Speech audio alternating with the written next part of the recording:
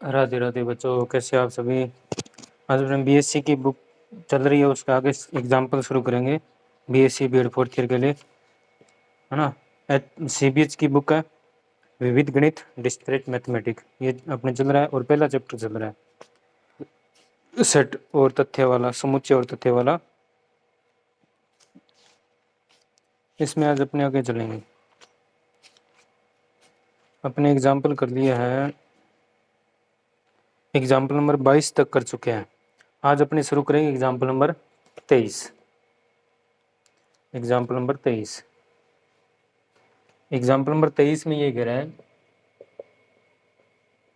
Example number 23 ये कह रहा है कि सिद्ध कीजिए कि 1 स्क्वायर 2 की स्क्वायर प्लस 3 की स्क्वायर प्लस ऐसे चलते जा रहा है और प्लस n स्क्वायर ये बड़ा है n क्यूब अपॉन में 3 से। और यहाँ पर n किस में बिलोंग करेगा, नेचुरल नंबर प्राकृत संख्या के अंदर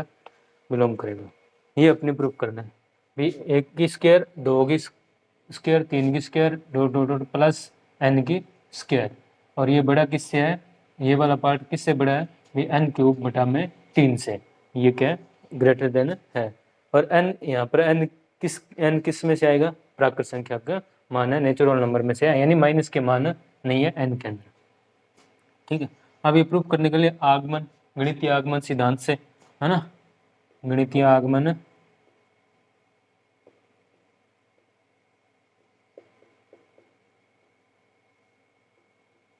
गणितीय आगमन से, इसके अंदर अपने क्या करेंगे, पहले ये मान लिया भी माना लेट पी एन यहाँ पर क्या है 1 square plus 2 square plus dot dot dot plus n square, ये ग्रेटर देन है किससे, n क्यूब अपॉन में 3 से, n क्यूब अपॉन में 3 से। और n क्या है, प्राकृत संख्या है, n प्राकृत संख्या है, तो इसका मतलब n का मान क्या हो जाएगा, n क्या है, एक प्राकृत संख्या है, यानी n का मान क्या हो जाएगा, n का मान 1 हो सकता है, 1 के बराबर हो सकता है, और क्या होगा 1 से बड़ा, है ना। n क्या प्राकृत संख्या है, तो इसका मतलब n 1 से शुरू हो जाएगा, 1 2 3 4, यानी 1 के बराबर और 1 से बड़ी संख्या होगी, छोटी नहीं होगी, 0 नहीं होगा, माइनस में नहीं होगा। ठीक है, और अब इसको सिद्ध करने के लिए अपने 3 मान करते हैं, अभी n बराबर क्या लेंगे 1, n बराबर 1 के लिए, n बराबर 1 के लिए अपने सिद्ध करेंगे भी है या नहीं, और इसे मान लेंगे अपने समीकरण नंबर 1, ऐसे मानते हैं समीकरण नंबर 1, है ना। बहुत एग्जाम्पल कर लिए, अब 1 लेकर चलेंगे, n बराबर 1, n बराबर 1 लेंगे तो n का मान 1 रखेंगे तो क्या हो जाएगा 1 की स्क्वायर, बस इतने ग्रेटर नहीं, तो 1 की क्यूब अपॉन में 3। तो आगे हल करेंगे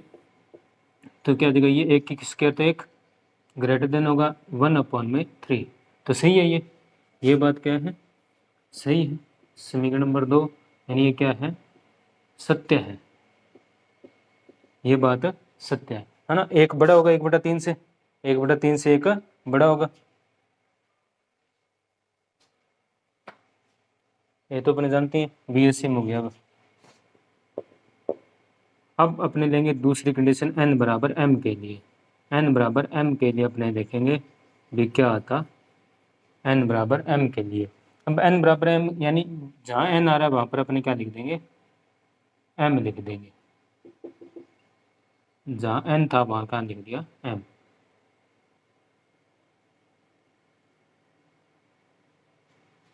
ये भी सत्य है भी, n और m का मान दोनों का सेम ही है, बस n और m का मान दोनों का सेम है। समीकरण नंबर 3 मान ली ये भी क्या है, सत्य है, ये भी क्या जगह सत्य है। तब अपने क्या करेंगे, अब तीसरी कंडीशन क्या हो जाएगी, तब n बराबर अपने क्या लेंगे m+1, n बराबर क्या लेंगे n+1, n बराबर क्या लेंगे m+1, तो p क्या हो जाएगा m+1, तो पूरा क्या बन जाएगा 1 की स्क्वायर प्लस 2 की square plus dot dot dot dot n की जगह क्या आ जाएगा m+1 की स्क्वायर ग्रेटर देन हो जाएगा m+1 की क्यूब अपॉन में 3। अब अपने ये सिद्ध करना भी इससे ये वाला बड़ा है या नहीं है, ये पार्ट बड़ा है या नहीं है। तो अपने क्या ले लेंगे अब LHS, सिद्ध करने के लिए अपने क्या लेंगे LHS ले लेंगे। LHS क्या होगा अपना 1 की स्क्वायर प्लस 2 की square plus dot dot dot plus m+1 1 की स्क्वायर, ये अपना LHS है। तो इस LHS को अपने आगे हल करेंगे, आगे अब और क्या हल करेंगे, यानी एक मान, इससे पहले वाला मान देखेंगे तो क्या आ जाएगा, जैसे 2 से पहले वाला मान 1 है, इससे आगे देखेंगे तो यहाँ पर 3 आएगा, यहाँ पर क्या आ जाएगा 3 की स्क्वायर। तो 3 से पहले देखें तो 2 की स्क्वायर, 2 से पहले 1 की स्क्वायर, यानी m+1 है तो उससे पहले क्या 1 कम हो जाएगा, तो इसका मतलब क्या है भी m की स्क्वायर होगी। फिर यहाँ पर अपने पास क्या आ जाएगा m+1 की स्क्वायर होगी, भी पहले वाला पद क्या होगा 1 कम होगा, 1 कम होगा, जैसे 2 से पहले 1 है ना, 1 कम हो रहा है, 3 से पहले 2 है, ठीक है ऐसे ही। यानी ये पूरी पूरी तरह देखें तो अपने क्या 1 है, 2 है, 3 है, फिर 4 है, फिर 5, इस तरह चल रहा है, इस तरह चल रहा है। और लास्ट में क्या है n स्क्वायर है, लास्ट में क्या है n स्क्वायर। अब यानी 5 से पहले क्या 4, एक एक ऐसे उल्टा चले तो एक एक कम हो रहा है, ऐसे अपने विपरीत चलेंगे वापस उल्टा तो m+1 है, तो इससे पहले वाला क्या होगा 1 कम हो जाएगा, तो 1 से 1 कैंसिल हो जाएगा, तो m स्क्वायर बच गया, m बच गया, तो यानी m की स्क्वायर ऐसे। अब अपने इतना पार्ट देखें, इतना पार्ट, इतने पार्ट में क्या है यहाँ तक, ये देखो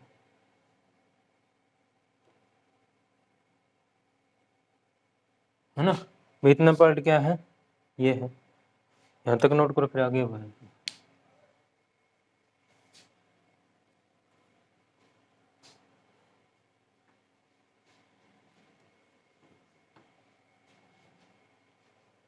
अब अपने क्या करेंगे समीकरण नंबर 2 का यूज करेंगे, समीकरण नंबर 2 से,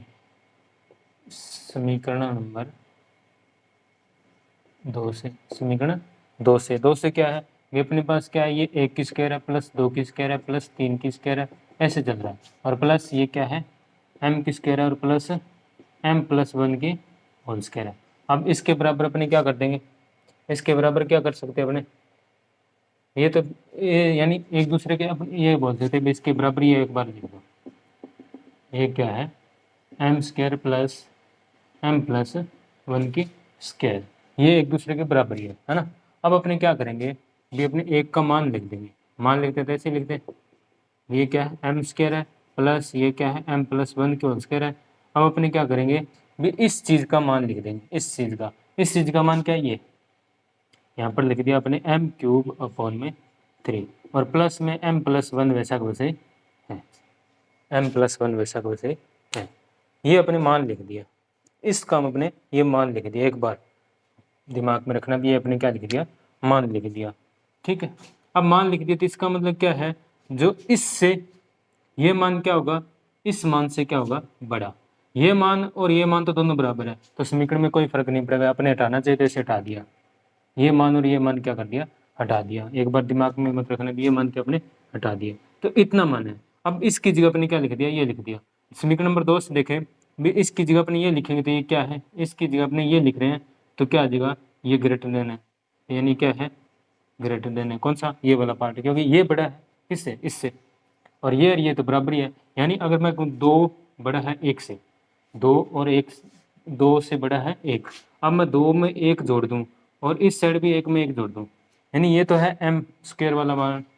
और ये है m³ वाला मान, और ये अपने मान लेते हैं m+1 दोनों को, तो इस चीज़ से समीकरण में कोई फर्क नहीं पड़ेगा, 2 + 1 करेंगे तो 3 हो जाएगा, ये 1 + 1 करेंगे 2 हो जाएगा, तो ये वाला पार्ट हमेशा बड़ा रहेगा, अगर पहले बड़ा है तो बाद में भी ये क्या रहेगा, ये वाला पार्ट बड़ा रहेगा, है ना। तो ये क्या आ गया, ये चीज़ आ गई इतनी, या आप ऐसे नहीं करना चाहो तो एक बार डायरेक्ट अपने मान लिख लेते हैं, इतने का मान अपने इस तरीके से हल कर लो, फिर जो मान आएगा वो बेशक वैसे पढ़ रहना, दिमाग में रख लेना, है ना। अब अपने क्या करें भी इसको हल कर लेते हैं, अब ये मिटा दें, समीकरण नंबर 2 का यूज हो गया। अब अपने क्या करेंगे भी इस चीज़ को हल कर लेते हैं, एक बार अपने दिमाग में भूल जाना चाहिए भी कौन बड़ा है कौन है छोटा है, अपने लास्ट में देख लेंगे, अपने LHS बराबर RHS करना है, अब LHS लेकर चल रहे थे, RHS अपने पास क्या है, LHS तो लेके चले, RHS अपने पास क्या हो जाएगा m+1 की क्यूब अपॉन में क्या है 3, ये RHS है, जो अपने तीसरे पॉइंट में LHS लिया था उसके लिए RHS है। तब अपने इसको हल कर लेते हैं, इसको हल करेंगे तो क्या है, ये m³ है अपॉन में 3 है, इसको इन दोनों का एलसीएम ले लेते हैं, एलसीएम लेंगे तो क्या आ जाएगा 3m+1 की स्क्वायर अपॉन में क्या आ जाएगा 3, इसको एक बार इस चीज़ को मैं हल कर रहा हूँ सिर्फ इतने को, ये बड़ा छोटा एक बार छोड़ देना चाहिए, भूल जाओ भैया, आप बड़ा छोटा बाद में लास्ट में देख लेंगे कौन सा बड़ा रहे। ये एक प्रकार का LHS हल कर रहा हूँ मैं, LHS हल कर रहा हूँ। LHS की जगह आपने ये मान लिखा समीकरण नंबर 2 की सहायता से, है ना। तो अब एलसीएम ले लिया, एलसीएम ये m क्यूब है प्लस 3, और इन इसकी स्क्वायर को हल करेंगे, स्क्वायर हल करेंगे तो m square plus 1 square plus 2m into 1, ये आगे स्क्वायर को हल किया तो अपॉन में 3, ठीक है। आगे यहाँ पर लिख देंगे, तो ये m क्यूब वैसा का वैसे प्लस 3 अंदर गुणा कर दिया 3m square plus 6m plus 3 upon में 3, ये ठीक है। अब अपने क्या है इस रूप में बनाते हैं भी, ताकि RHS और LHS की तुलना कर सकें। RHS और LHS की तुलना, ये है m क्यूब प्लस ये 3m स्क्वायर प्लस मैं 6m को लिख देता हूँ 3m प्लस 3m, 2 बार लिख दिया, और 3 को लिख देता हूँ 1 प्लस 2। अभी बताऊँगा किस लिए, अपॉन में 3, क्योंकि अपने बनाना ये m प्लस 1 की क्यूब, तो ये इसलिए लिखा है क्योंकि m प्लस 1 की क्यूब करेंगे अपने, m प्लस 1 की क्यूब को हल करें तो क्या आता है a की क्यूब प्लस 3a स्क्वायर यानी m into b 1 plus 3a into b square यानी 1 की स्क्वायर है तो 1 की स्क्वायर है 1 प्लस b की क्यूब यानी 1 की क्यूब, ये आता है अपने इस चीज़, ऐसा चाहिए। अगर ऐसा आ जाए तो उसकी जो अपने क्या लिखते हैं m प्लस 1 की क्यूब लिख सकते हैं, ऐसी चीज़ आ जाए। तो ऐसी चीज़ बनाने के लिए एक तो m क्यूब था ही, m स्क्वायर था ही 3m स्क्वायर, इसकी जगह और अपने क्या चाहिए 3m चाहिए था, 3m चाहिए था, इसलिए 6m को मैंने क्या किया 3m प्लस 3m यानी 6m को क्या कर दिया 3m प्लस 3m में 2 पार्ट 2 टुकड़े कर दिए, और एक क्या दिया 1 चाहिए था, तो 3 की जगह मैंने क्या लिखा 1 लिखा, तो प्लस को 2 अलग लिख दिया यानी 1 प्लस 2। अब मैं ऊपर क्या कर सकता हूँ m प्लस 1 की क्या कर दिया यहाँ पर क्यूब, और प्लस ये 3m और 2, 3m प्लस 2 वैसा का वैसे, और अपॉन में क्या है यहाँ पर 3, और आगे अपने लिखना चाहिए तो m प्लस 1 की क्या होगी ये क्यूब अपॉन में क्या है 3 है, और ये है m 3m प्लस 2 अपॉन में क्या है 3 है। इतना पार्ट है, इतना पार्ट बच रहा है ना। अब ये तो है LHS। अब अपने देखें RHS अपने पास क्या था भी m प्लस 1 की क्यूब अपॉन में 3। अब ये पार्ट और ये पार्ट तो दोनों हैं बराबर, ये पार्ट और ये पार्ट तो क्या है दोनों बराबर, और ये चल रहा है LHS भी। पहले अपने ये अगर ना लिखे तो कह रहा हूँ भी अगर अपने ना लिखे भी ये बड़ा है या नहीं है, तो अपने ना लिखे तो एक प्रकार बराबर ही लेके चले ये वाला, तो इसको अपने हल करते जाए भी क्या माना रहा है, इसकी जगह अपने ये लिखे तो समीकरण नंबर 2 की सहायता से, है ना। तब अब ये पार्ट और ये पार्ट तो दोनों बराबर है, लेकिन LHS में क्या है ये पार्ट और ऐड हो रहा है, एक पार्ट और ऐड हो रहा है, तो ये LHS बड़ा हो जाएगा, तो इसका मतलब क्या है ना। ये इसे मान लेते हैं समीकरण नंबर 2 तक तो आ ही चुके थे, 3 तक आ चुके थे, इसका मान लेते समीकरण नंबर 4 और समीकरण नंबर 5, है ना। वो समीकरण नंबर 3 थी ये वाली m क्यूब वाली, चलो मिटा दिए देख लेना वो। तो ये समीकरण नंबर 4 और ये समीकरण नंबर 5, और समीकरण नंबर 4 और 5 की तुलना करें समीकरण इक्वेशन नंबर 4 एंड 5 की देखें तो क्या कह सकते हैं अपने भी LHS क्या है बड़ा है किससे RHS से, क्योंकि RHS के पास एक ही पद है, इसके पास 2 पद है, यानी ये पार्ट और ये पार्ट तो दोनों बराबर रहेंगे हमेशा, लेकिन इसके पास एक पार्ट और ऐड हो रहा है, तो इसका मतलब क्या है ये पार्ट बड़ा है, ये पार्ट बड़ा है, तो अपने बोल सकते हैं भी RHS से बड़ा कौन है LHS, तो बड़ा है, तो इसका मतलब अपने लिख सकते हैं भी अगर m प्लस n की जगह 1 लिख दिया, है ना। ये साफ करो, उससे पहले लिख लेना आप, ठीक है। अतः अपने लिख सकते हैं अतः इसका मतलब क्या है भी 1 की स्क्वायर प्लस 2 की square plus dot dot dot plus m की square plus m plus 1 square, ये बड़ा है, यानी ये LHS बड़ा है किससे भी m प्लस 1 अपॉन में 3 की m प्लस 1 की क्यूब अपॉन में 3, है ना। भी इस पार्ट से ये क्या है LHS ये पार्ट बड़ा है, पता चलेगा क्योंकि इसको हल करते हैं समीकरण नंबर m स्क्वायर वाले को हल समीकरण की सहायता से इसको हल करते हैं, तो मान ये बड़ा आता है, एक पद और आता है इसके पास, इसके अकॉर्डिंग इसकी तुलना में इसके पास एक पद जाता है ना, ज़्यादा आएगा, तो इसका मतलब RHS से RHS, तो ये बात भी क्या है, सत्य है, सत्य है। तो अपने लिख सकते हैं अतः Pn 1 square plus 2 square plus n square greater than होगा n क्यूब अपॉन में 3, n क्यूब अपॉन में 3, ये क्या है, सत्य, जहाँ n क्या होगा, 1 से बड़ा या 1 के बराबर होगा, क्योंकि n बराबर 1 लिया था। किसी किसी बुक में क्या लिखा है, बस इतने लिखा है, भी बराबर नहीं लिखा, n क्या है, बड़ा है 1 से, सिर्फ इतने लिखा, बड़ा नहीं है, बराबर भी हो सकता है, क्योंकि n का मान अपने 1 लिया था, n बराबर 1 के लिए भी कंडीशन क्या है, सत्य है, n बराबर 1 के लिए भी क्या है, सत्य। अगर n बराबर 1 के लिए भी सत्य नहीं होती, जैसे अपने मानते नहीं भी ये क्या है, बात सत्य नहीं है प्राकृत संख्या की, ठीक है, तो अब क्या है, ये सत्य है। ये हो गया एग्जाम्पल नंबर 23। अब अपने एग्जाम्पल चॉइस करेंगे, और कुछ ऐसे एग्जाम्पल है जो आसान ही होंगे, मैं बता दूंगा थोड़ा बहुत, लेकिन आप करते रहना, प्रैक्टिस हो जाएगी साथ में, जिस तरह कराए उसी तरीके से। बस n का मान एक बार 1 लेना है, एक बार m लेना है, और एक बार m+1 लिखना है। तीनों के लिए बातें जो दे रखी है वो सही होनी चाहिए, अगर सही है तो जो समीकरण है वो क्वेश्चन दे रखा है वो भी क्या है, सही है, ठीक है।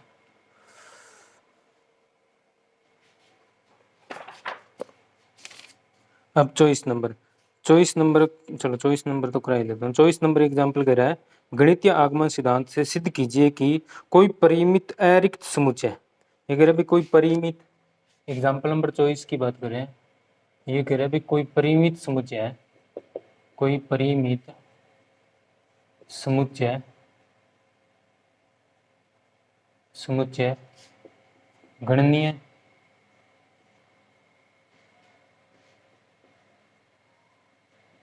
समुच्चय होता है। ये कह रहा है भी कोई परिमित समुच्चय वो क्या है, गणनीय समुच्चय होता है, ये अपने सिद्ध करना है। सिद्ध कीजिए भी कोई परिमित समुच्चय, परिमित समुच्चय का मतलब जिसके अंदर कोई अवयव है, कितने भी अवयव है उसके अपने गिन सके, और वो क्या हो, प्राकृत संख्या के साथ संबंध बना सके किसी न किसी तरीके से, तो वो क्या हो जाते हैं, परिमित समुच्चय हो जाते हैं ना। परिमित यानी जिसके अंदर जो भी अवयव दे रखे उनको गिन सके, जिसकी गणनता अपने साफ दिखे, है ना, भी 5 है या 4 है 10 है कितनी है, तो उसके हिसाब से अपने बोल सकते हैं ये क्या है, गणनीय है। ये अपने सिद्ध करना है। तो अपने सिद्ध करने के लिए अपने क्या मानेंगे, पहले अपने देखेंगे n बराबर 1 के लिए, दो देर का आगमन सिद्धांत से अपने हल करना है। पहली कंडीशन क्या लेंगे, n बराबर 1 के लिए चेक करेंगे। अगर n बराबर 1 है, भी कोई भी समुच्चय उसके अंदर भी एक अवयव है, तो उसके अंदर सिर्फ एक अवयव है, तो एक अवयव एक के साथ संबंध दर्शा सकता है, प्राकृत संख्या को प्राकृत संख्या के साथ संबंध होता ही है, हमने देखा भी है, वो एग्जाम्पल बहुत कर लिए, है ना। यानी प्राकृत संख्या को प्राकृत संख्या के साथ संबंध होता ही है, यानी ये क्या है, गणनीय है, ये क्या है, गणनीय है, यानी सत्य है। क्योंकि इसके अंदर अपने बोल सकते हैं भी, क्योंकि समुच्चय में अवयव एक है, तो यानी अपने अवयव गिन सकते हैं भी कितने अवयव है, तो इसका मतलब भी समुच्चय गणनीय है, तो यानी परिमित समुच्चय गणनीय समुच्चय होता है, वो अपने सिद्ध करना है। तो पहली कंडीशन अपने क्या होगी, ये गणनीय है। अब दूसरी कंडीशन अपने देख देते हैं, n बराबर m के लिए, भी n बराबर m के लिए, भी n के मान जितने n के मान लेंगे उतनी क्या है, m है, दोनों क्या है, बराबर ही है, जितने जो भी n का मान है वही क्या है, m का मान है। जैसे n का मान 1 लिया तो n का मान भी, m का मान भी क्या हो जाएगा, 1 हो जाएगा, है ना। जैसे n का मान 1 लिया तो इसका मतलब m का मान भी क्या हो जाएगा, 1 हो जाएगा। m का मान 2 लिया, n का मान 2 लिया, यानी m का मान भी क्या हो जाएगा, 2 हो जाएगा, है ना। भी n के मान, अगर n के मान मैंने ले लिए 1 है 2 है 3 है 4, तो m के मान भी यही रहेंगे, 1 है 2 है 3 है 4, तो सेम रहेगा। तो सेम रहेगा जिसका मतलब कोई फर्क ही नहीं पड़ रहा, यानी n बराबर m के लिए, n बराबर n के लिए जो Pn समुच्चय होगा, Pn समुच्चय, थोड़ा सा बड़ा लिख देता हूँ ना, एक दो बच्चा ने बोला था सर बड़ा लिखा करो, तो बड़ा लिख देता भी n बराबर m के लिए n बराबर m के लिए Pn समुच्चय क्या होगा, Pn समुच्चय गणनीय होगा, जो सत्य है ना। जितने n समुच्चय के अंदर अवयव होंगे उतने m समुच्चय के अंदर अवयव होंगे, है ना। n और n के मान सेम ही है, तो इसका मतलब n बराबर m के लिए भी क्या होगी, गणनीय समुच्चय होगा। वैसे ये कंडीशन ही लिखनी है भाई, समझने वाली बात अभी होगा या नहीं। अगर है तो तब अपने देखना है भी n बराबर क्या हो, m+1 के लिए देखना है, n बराबर m+1 के लिए। अब किसी समुच्चय में ये अपने लिख सकते हैं, किसी समुच्चय के अंदर, किसी समुच्चय के अंदर, किसी समुच्चय में, किसी समुच्चय में m अवयव है, m अवयव है, किसी समुच्चय में m अवयव है, तो m अवयव के लिए तो हम बोल सकते हैं कि m अवयव के लिए, m अवयव के लिए गणनीय है, क्योंकि m अवयव के लिए तो अपने देख लिए भी गणनीय है, क्योंकि जितने n के मान उतनी m के मान, और n बराबर के लिए अपने गणनीय होते ही है। प्राकृत संख्या के लिए तो समुच्चय, कोई भी प्राकृत संख्या के लिए समुच्चय होता है वो क्या होता है, गणनीय होता है। अपने बेस से पीछे देखा भी था। और ये क्या प्राकृत संख्या के मान की भी प्राकृत संख्या ही होगी, सभी क्या होगी इसके अंदर प्राकृत संख्या होगी, यानी n का मान क्या होगा यहाँ पर, एक या एक से बड़े मान ही होंगे सभी, n का एक से या एक से बड़े मान ही होंगे n के अंदर, ठीक है। तो m के लिए अगर कोई समुच्चय है वो क्या है, m अवयव के लिए, तो m अवयव के लिए वो क्या है, गणनीय है। तो m अवयव के लिए गणनीय है, तो m में के अंदर मैं एक अवयव और जोड़ दूंगा, एक और प्लस कर दें, तो एक और जोड़ देंगे तो वो भी गिन सकते हैं। पहले अगर 20 अवयव थे, समुच्चय के अंदर 20 अवयव थे और वो प्राकृत संख्या के साथ संबंध बनाते हैं और वो गणनीय समुच्चय है। अब इसके अंदर एक और जोड़ दिया, यानी 21 अवयव हो जाएंगे, 21 अवयव हो जाएंगे, तो वो भी गणनीय आप गिन सकते हैं, 21 हो गए, पहले 20 थे अब 21 हो गए, यानी पहले जितने अवयव थे उसमें एक और जोड़ना है, पहले जितने अवयव थे उसके अंदर एक और जोड़ना है, तो भी वो गणनीय होगा। अपने पता बता ही सकते हैं, पहले 20 थे तो बाद में 21 हो जाएंगे, पहले 30 थे तो बाद में 31 हो जाएंगे। तो m+1 के लिए भी क्या है, m+1 के लिए भी गणनीय है,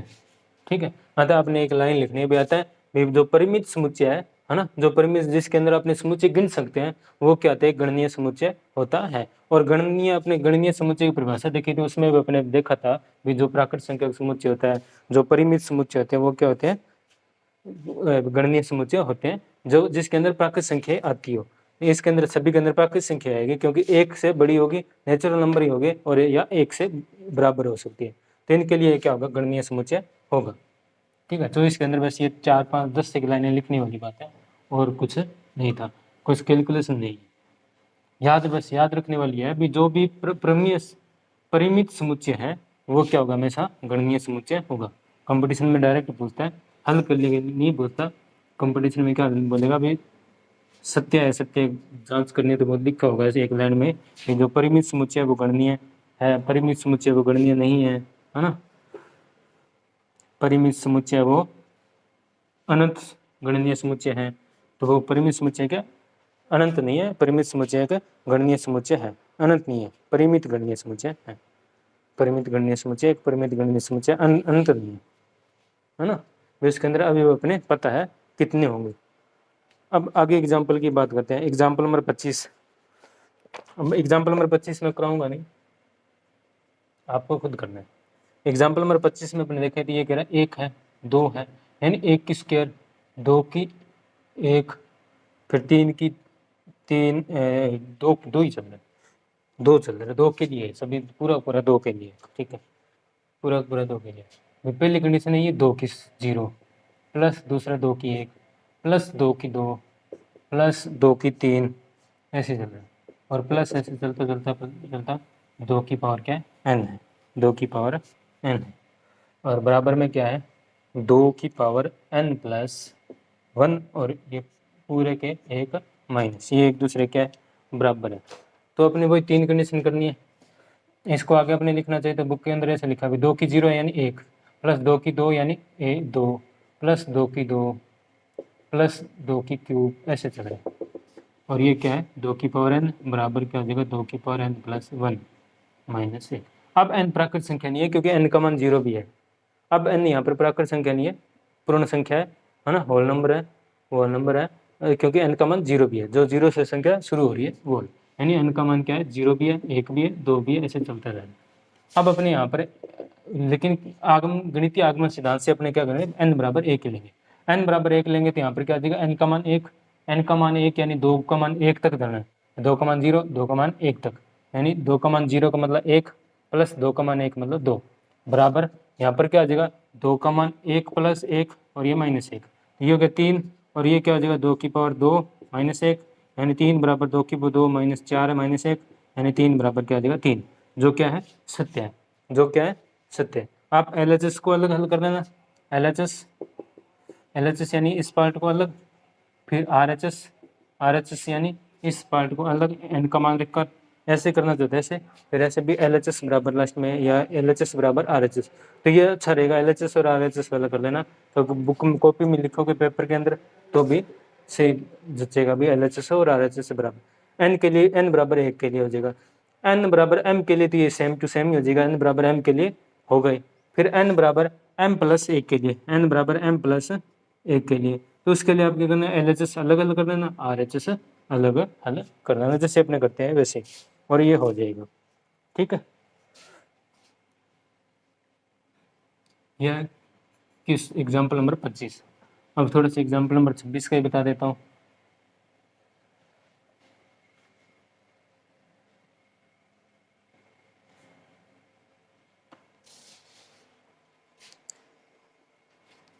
एग्जाम्पल नंबर 26 में है, करना आपको खुद को ही है। एग्जाम्पल नंबर 26 ये करें गणितीय आगमन सिद्धांत द्वारा सिद्ध करो कि यदि n एक धनात्मक पूर्णांक है, n क्या है धनात्मक पूर्णांक है, धनात्मक पूर्णांक है, ठीक है, जिसके अंदर 0 भी आता है, 1 भी आता है माइनस वाला, लेकिन इसमें क्या लेना है धनात्मक प्लस वाली संख्या लेनी है। ठीक है, तो इसके लिए n क्या धनात्मक पूर्णांक है, उसके लिए क्या 3 की पावर 2n प्लस 2 -8n -9, ये क्या है 64 से विभाज्य है। अब अपने देख चुके हैं 4 वाला देख लिया है ना, 24 वाला देख लिया, ये विभाज्य है। उसी प्रकार ये करना है, पहले अपने n बराबर 1 लेंगे, n बराबर 1 लेंगे, जो मान आएगा इसका मान 64 ही आएगा, तो वो 64 से विभाज्य होता ही है। फिर n बराबर m लेंगे, तो n बराबर m के लिए भी विभाज्य जगह n की जगह सिर्फ m हो जाएगा। फिर अपने n बराबर m प्लस 1 लेंगे, n बराबर m प्लस 1 लेंगे, तो m बराबर n प्लस 1 लेकर अपने हल करेंगे और कोशिश करेंगे इसके अंदर 64 आ जाए। 64 को अपने बाहर का कॉमन ले लेंगे, कॉमन लेकर ये क्या 64 से विभाज्य हो जाए, ये क्या होगा 64 से विभाज्य होगा। ठीक है, क्या होगा ये 64 से विभाज्य होगा। ये हो गया एग्जाम्पल नंबर आपका 26। ठीक है, ये 64 से विभाज्य करना है, 3 की पावर 2n प्लस 2 -8n -9, तो पहले n बराबर 1 के लिए, फिर n बराबर m के लिए, ये दोनों तो आसानी है। फिर n बराबर m प्लस 1, ये थोड़ा सा बड़ा होगा, अपने n की जगह m प्लस 1 लिखना है, n की जगह m प्लस 1, n की जगह m प्लस 1, फिर अंदर गुणा करके हल करना है, और 64 को बाहर क्या करना है कॉमन लेना है। 64 को कोशिश करनी है 64 बनाकर बाहर कॉमन, और हो भी जाएगा बाहर कॉमन आ भी जाएगा, तो ये क्या हो जाएगा 64 से विभाज्य है। अतः क्या लिख देंगे लास्ट, ये क्या 64 से विभाज्य है। ठीक है, ऐसे 4 और 24 के लिए तो पूरा करवा ही दिया था, उसी प्रकार 64 के लिए करना सेम टू सेम। अब एग्जाम्पल नंबर 27, एग्जाम्पल नंबर 27 में ये कह रहा है गणितीय आगमन सिद्धांत द्वारा सिद्ध कीजिए कि गणितीय आगमन सिद्धांत द्वारा सिद्ध करना है कि तीन क्रमागत प्राकृतिक संख्याओं का घनों का योग, 3 क्रमागत प्राकृतिक संख्याओं के घनों का योग 9 से विभाज्य होता है। ये अपने सिद्ध करना, पूरा नहीं करूँगा लेकिन थोड़ा बहुत बता देता हूँ, है आसान। ये कह रहे 3 क्रमागत प्राकृतिक संख्या होनी चाहिए, प्राकृतिक संख्या या प्राकृतिक संख्या एक ही बात है।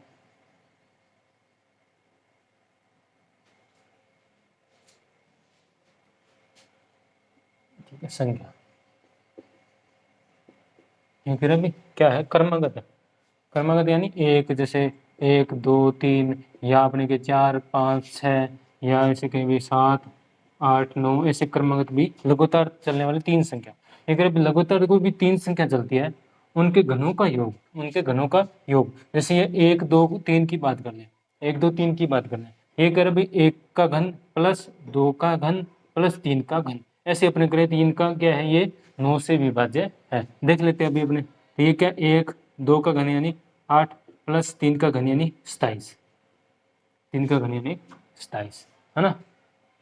ये क्या हो जाएगा 8 एक 9, 9 27 36, तो 9 चौक 36, 9 से ये विभाज्य है ना। ऐसे अपने प्रूफ करना है भी कोई भी 3 क्रमागत घन संख्या हो, प्राकृत संख्या हो, लघुताल, उनको अपने घन कर दें, यानी अपने मान लेते हैं भी माना, यानी लेट क्रमागत प्राकृत संख्या मान लेते हैं, विभव मान लेते हैं n है, फिर अगले वाली n+1 हो जाएगी, उससे अगले वाली क्या हो जाएगी n+2 हो जाएगी, और इनका अपने करें भी n का घन, फिर n+1 का घन, फिर अपने करें n+2 का घन, ठीक है। और इनका क्या कर दिया योग, इनका क्या कर दिया योग, योग करने के बाद अपने कैसे ये क्या है 9 से विभाज्य है। अब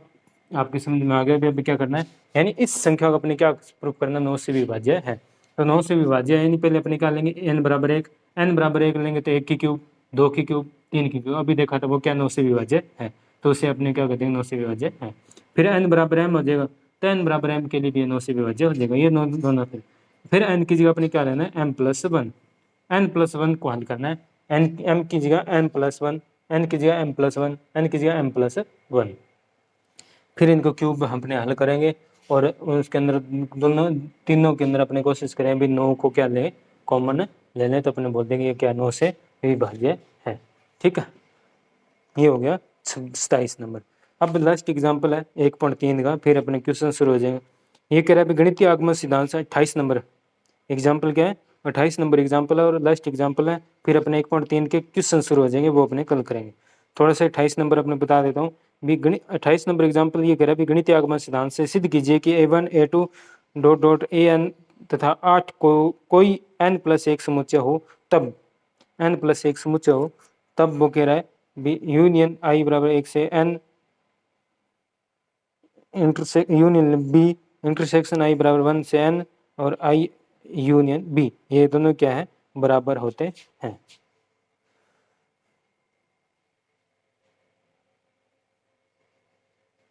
यानी थोड़ा सा लिख देता हूँ, अब एग्जाम्पल आप सभी आपको कर करके देखने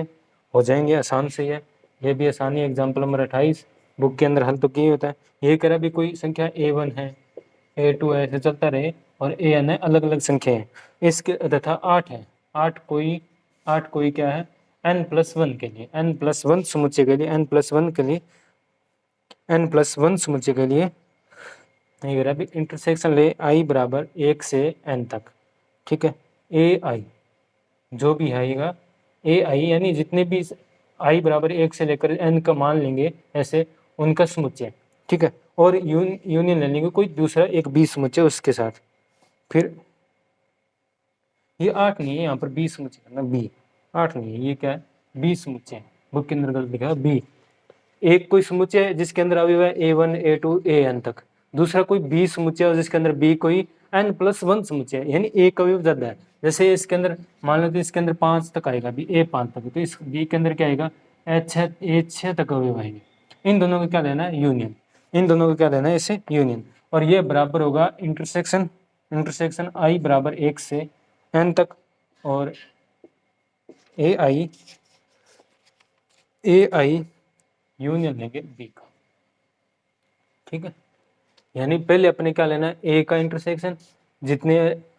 अवयव वाला, फिर अलग b के साथ यूनियन लेना। अब पहले अपने a और b का यूनियन लेना, फिर अपने क्या लेना इंटरसेक्शन के लिए हल करना, और ये क्या होंगे दोनों बराबर होंगे। इसके लिए अपने क्या करना है हल करना है, ठीक है। यानी पहले अपने आगमन गणितीय आगमन सिद्धांत से अपने क्या लेंगे n बराबर 1 के लिए, n बराबर 1 के लिए, फिर अपने क्या लेंगे n बराबर m के लिए, n बराबर m के लिए तो यही आ जाएगा वापस भी, n की जगह क्या आ जाएगा m है, सी है। n बराबर 1 के लिए क्या हो जाएगा, जहाँ n है वहाँ पर अपने क्या लेंगे, यानी n का मान 1 ही है, सिर्फ वही है ना। थोड़ा सा बता दूँ 1 के लिए बता दूँ तो फिर आपको पूरा पता चल जाएगा। इंटरसेक्शन i बराबर 1 यानी n का मान 1, सिर्फ 1 तक जा रहा है, ये भी क्या 1 यूनियन b। अब यानी अपने आगे देखें तो ये क्या हो गया एक प्रकार का यूनियन हो जाएगा किसके साथ a1 के साथ, ठीक है। फिर इंटरसेक्शन हो जाएगा a1 का, और फिर आ जाएगा b के साथ क्या आ जाएगा यूनियन, तो बराबर हो जाएगा। ये कह रहा है भी a1 यानी सिर्फ क्या आ गया a1 का यूनियन हो जाएगा b के साथ, यूनियन हो जाएगा बी के साथ, ठीक है। अब A1 का इंटरसेक्शन A1 का A1 के साथ ही है ना, A1 तो A1 ही आएगा, वापस क्या आएगा A1 ही आएगा, और ये यूनियन हो जाएगा बी के साथ। यूनियन किसके साथ हो जाएगा बी, यानी इसका मतलब ये A1 ही है। इंटरसेक्शन A1 के साथ लेना तो A1 का A1 के साथ इंटरसेक्शन A1 हो गया, ये बी बेशक वैसे फिर बराबर हो जाएगा। ये इंटरसेक्शन लेना A1 का बी के साथ, तो क्या आ जाएगा वापस ये आ जाएगा, है ना, तो ये वापस ये आ जाएगा, यानी सेम एलिमेंट का सेम के साथ ही अपने वापस इंटरसेक्शन लेंगे तो ये आ जाएगा। दोनों में सेम ही चीज़ है, कॉमन तो सेम ही होगा, यानी ये क्या है बराबर है। तो n बराबर 1 के लिए, ऐसे n बराबर m के लिए, फिर ऐसे n बराबर m+1 के लिए, n+1 के लिए, ठीक है, m+1 के लिए हो जाएगा। ये हो गया आपकी एग्जाम्पल नंबर 28। आज के लिए इतना बहुत है, कल अपने देखेंगे इसके लिए अपने एग्जाम्पल अब कंप्लीट हो गए। फिर अपने क्वेश्चन है लगभग 23 क्वेश्चन है, और अपने 23 क्वेश्चनों को कोशिश करेंगे भी, जो होने वाले हैं वो मैं करवा दूंगा, बाकी आप खुद कर लो। एक क्वेश्चन अभी मैं बता देता हूँ, वो आप कर ही देना। 64 से विभाज्य है, एक क्वेश्चन है 64 से विभाज्य है, जैसे अपने 4 से विभाज्य किया था, 24 से विभाज्य किया था, और एक एग्जाम्पल थोड़ा सा अपने दे रखा है 64 से विभाज्य वाला। वैसे ये एग्जाम क्वेश्चन है, क्वेश्चन लास्ट क्वेश्चन है, ये कह रहा है 9 की पावर n माइनस 8 गुणा n माइनस 1, ये क्या है 64 से विभाज्य है, 64 से विभाज्य है। n यहाँ पर क्या पूर्णांक है, n यहाँ पर क्या पूर्णांक है, और n पूर्णांक कैसा है, n एक ऐसा पूर्णांक है अभी दो या दो से बड़ा,